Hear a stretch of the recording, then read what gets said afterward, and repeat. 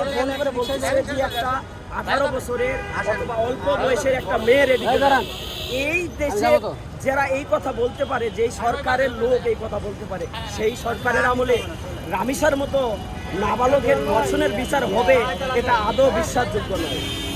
আপনারা দেখেছেন সকলেই, যখন স্বরাষ্ট্রমন্ত্রীকে বলা হলো যে আপনি এই যে রামিসা হত্যার বিচার প্রকাশ্য দিবালোকে করতে হবে, এটা কোনো রাজনৈতিক দলের চাওয়া ছিল না, কোনো ব্যক্তি স্বাধীনতা, এটা জনগণের চাওয়া ছিল, এটা চাওয়াটা আমার আপনার অধিকার।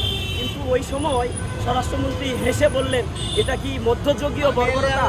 হয়তোবা স্বরাষ্ট্রমন্ত্রী এটা ধারণা নেই আল্লাহ রাসূল সাল্লাল্লাহু আলাইহি সাল্লাম আইএমএ জাহেলিয়াতের যুগে আল্লাহ যখন তাকে পাঠাইলেন এবং কোরআন নামক সংবিধানকে পাঠাইলেন যে আইএমএ জাহেলিয়াতের অন্ধকারকে দূর করে দেওয়ার জন্য, অথচ আইএমএ জাহেলিয়াতের সেই বর্বরতাকেও হার মানিয়ে দিচ্ছে এই সরকারের আমলে। ছোট্ট রামিসাকে যেভাবে ধর্ষণ করে হত্যা করা হয়েছে, এটা আইএমএ জাহেলিয়াতের বর্বরতাকে হার মানিয়ে যায়। তাহলে আইএমএ জাহেলিয়াতের বর্বরতাকে হার মানিয়ে গেলে কেন সেই কোরআন সুন্নাহ অনুযায়ী বিচার হবে না? একটা বিচার করে দেখান আপনি, বাইতুল মুকাররমের স্কয়ারে একটা ধর্ষকের বিচার করে দেখান, প্রকাশ্য দিবালোকে শুলে চড়ান অথবা তাকে পাথর মেরে হত্যা করে দেখান, সারা বাংলাদেশ সমস্ত ধর্ষকরা ভয় পেয়ে যাবে। একটা চোরের হাত কেটে নেন, চোরের চুরি বন্ধ হয়ে যাবে।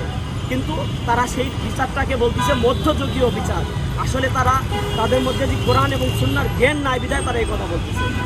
তবে আপনারা এটা জেনে রাখেন, ইতিপূর্বের যে জালেম সরকার ছিল সেও এই অন্যায় অবিচার করে টিকতে পারে নাই।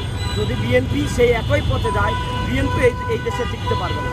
আপনার কি মনে হচ্ছে যে তাহলে রামিসার 7 তারিখের যে রায়টা সেটা কার্যকর কি? আমার যতটুকু মনে হয়, আপনারা দেখেছেন খুনি কিন্তু অলরেডি সাদ্দাম না কি যেন একটা নাম বলছে, ডলার সোহেল।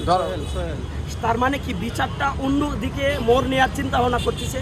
হয়তোবা এটা রাষ্ট্রীয় পক্ষের যে উকিল তার পক্ষে দাঁড়িয়েছে, তাদেরই শিখানো কোনো বলি হতে পারে, যেই জায়গায় সব তথ্য প্রমাণ তার বিপক্ষে। সে স্বীকার করেছে নিজে মুখে কীভাবে ধর্ষণ করেছে, কিভাবে তাকে নৃশংসভাবে হত্যা করেছে, রামিসাকে হত্যা করার পরে তার প্রমাণ লোপাটের যে চেষ্টা করছে সব স্বীকার করেছে।